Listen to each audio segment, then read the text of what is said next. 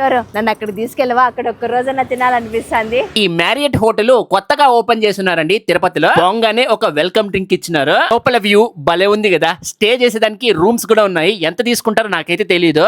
నేనైతే తినేదానికి వెళ్ళానండి. ఒక మనిషికి వచ్చేసి 1699 రూపాయలు ప్లస్ జిఎస్టీ తీసుకుంటారు.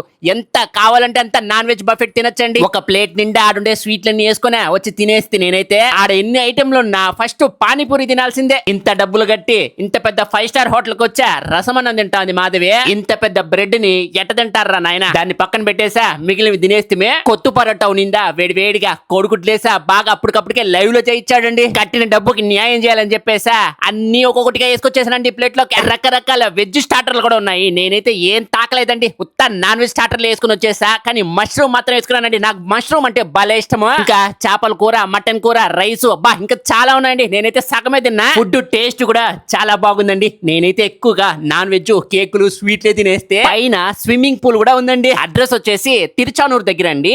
బెంగళూరు చెన్నై నేషనల్ హైవే కి ఆనుకునే ఉంటుంది.